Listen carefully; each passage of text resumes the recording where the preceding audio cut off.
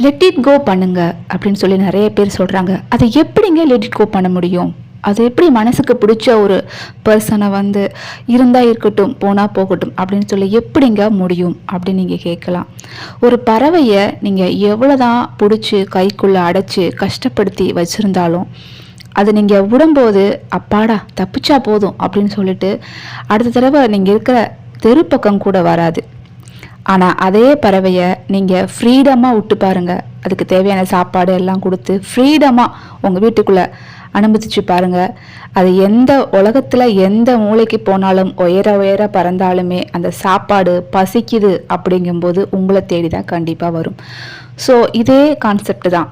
உங்களோட பர்சனுக்கு உங்களோட அருமை தெரியல அப்படின்னா கண்ட்ரோலில் வைக்க நினைக்காதீங்க. ஃப்ரீயாக விடுங்க, ஃப்ரீயாக விட்டு பாருங்க. எங்கே போயிட போகிறாங்க?